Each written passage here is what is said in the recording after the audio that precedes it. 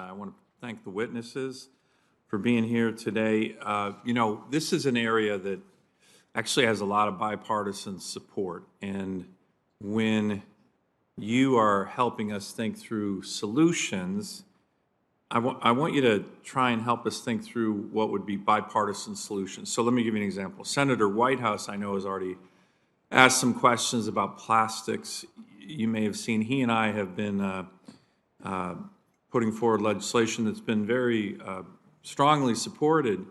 The Save Our Seas Act, the Save Our Seas 2.0 Act have all been passed and signed into law, and now are working on implementation. So let me ask Mr. Harvey and Mr. Hairston, give me your thoughts quickly, particularly really following up on Senator Whitehouse's question earlier about plastics and what you see as bipartisan approach. You think you guys have a sense of what that would be?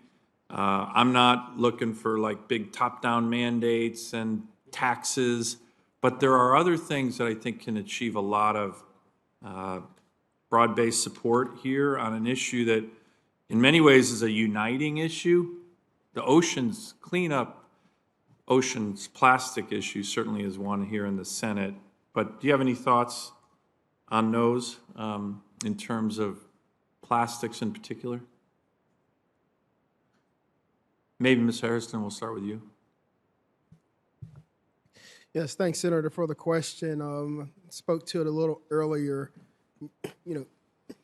As we think about, addressing those issues, I think of it from a fiber-based industry and what have we done and what are the things that have been successful for us.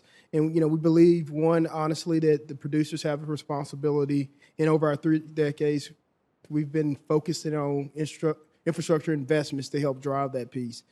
The recycling rate for cardboard continues to be high. We continue to see. Why is that high and it's not high in other areas? You guys know or have a sense? Yeah, I can't speak to what's driving the economics of plastic. I can speak to the things that we see in the fiber base where, we have a local commodity that's collected that has global demand. And we've been able to leverage that to provide sustainable fiber-based packaging for our customers. We think that that's continues an opportunity. Exactly what's the problem with plastic, I can't speak to or don't feel comfortable speaking to at this time. Okay, Mr. Harvey, do you have a sense on the questions that I posed? So I'm having just a little bit of trouble hearing, but you're talking about plastics and the solution. From our standpoint, we are kind of like in the middle. We don't manufacture it and we don't use it. We just kind of pick it up and process it. But I will tell you, in all my years of doing this, there has been a tremendous amount of confusion on what is and isn't recyclable and the different types of resins that are available. And it's very, very difficult when these manufacturers keep coming out with new products and a different resin that looks the same as maybe something else.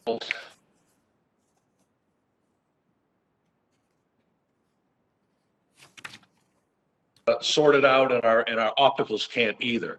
So, again, I think a lot of what will happen, I think this accessibility that we need to get into these rural areas is going to help that. If we can collect those materials and not dispose of them or throw them out the window of a car or throw them into a creek that now it ends up in the ocean, it's the accessibility, and it's going after these robust programs and getting them working.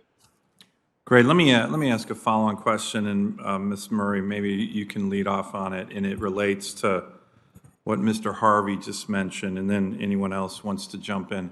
So my state is a very big state in terms of size, but a pretty small population. So about 70% of the households do not have access to curbside recycling.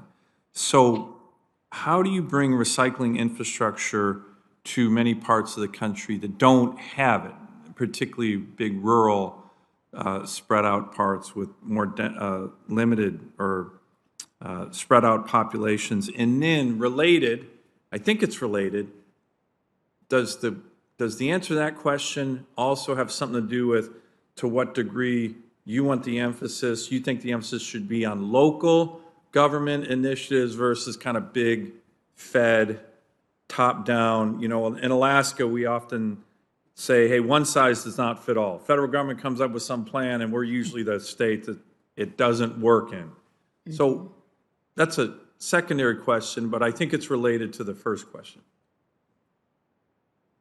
Yes, thank you, Senator. That's an excellent question. I'm a strong believer in local policies and ordinances, simply because those mandates will give you benchmarks. They're going to produce the data. It simply lets you know who's in what neighborhoods are doing what. And municipalities have resources as well. They have yard waste and other things that these households can actually use. So if we're creating ordinances around a circular economy where it says, okay, if you're going to utilize, depending on what region and where you are, your yard waste clippings, as well as your food waste, those are byproducts that we can actually manufacture and distribute back to landscapers or others who need it for tree planting, for water runoff, and other necessary needs too, as well as soil remediation. I'm in an industrial city, so we're always looking to remediate soils for brownfields and other issues that we face. And so I think education is key, of making sure households understand the difference between, you know, carbon. In our composting world, you have like the greens, right? All the decomposable food waste and spent grain from breweries, food waste from restaurants, manufacturers, but then you have the browns, the cardboards, the leaves. So you have to process these things in a certain way that makes sense. But I think with education, it makes it simple for most residents to understand that. So I think the federal government as well as local should be working together depending on what region you're in the country. Because these are all processes that can be done. But there's also technologies, if you're in Alaska or Michigan where weather permitting, you have a bunch of snow, if you have these closed facilities with in-vessel anaerobic digestion, certain technologies that can take that material, you can produce and accelerate the process easier.